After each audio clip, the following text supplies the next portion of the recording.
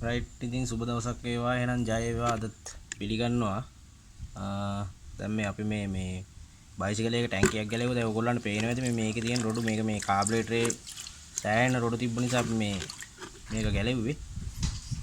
ඉතින් මේ වගේ මේ තිබුණාම කාබුරේටර් මිස් කරනවා. ඉතින් මේ ඒ වගේ ප්‍රශ්න එනවා. රයිට් ඉතින් ටැංකිය ගැන අනිවාර්යෙන් සැලකිලිමත් වෙන්න.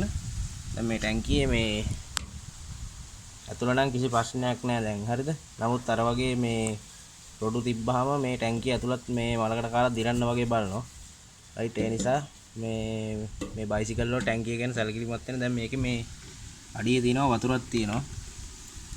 රයිට් මේ ඉතින් මේ ඕගොල්ලන්ට මම මේක පෙන්වන්නේ වැදගත් දෙයක් කියන්න මේ දැන් අපි බයිසිකලයට පෙට්‍රල් විතරනේ අපි ෂෙඩ් එකෙන් ගහන්නේ. රයිට් ඉතින් මේ පෙට්‍රල් වලත් වතුර ප්‍රතිශතයක් තියෙනව නැත්තේ නේ.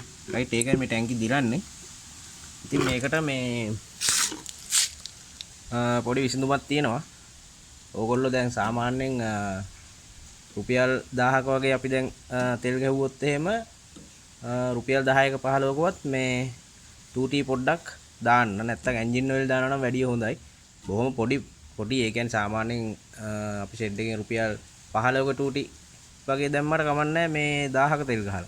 රයිට් ඒ ප්‍රමාණයට රයිට් වැඩි ඔයිල් දාන්න ගියොත් එන්ජින් එක මිස් කරනවා. ඉතින් අර මේ මොකද මේ ටැංකිය දිරින එක අපිට නවත්ත ගන්න පුළුවන් පොඩි ඔයිල් ගතියක් මේ පෙට්‍රල් එක කවලම් කිරීමෙන්. රයිට් ඒ වගේ දේවල් තියෙනවා මේ ටැංකිය දිරින එක ගොඩක් අයට ලොකු ප්‍රශ්නයක්.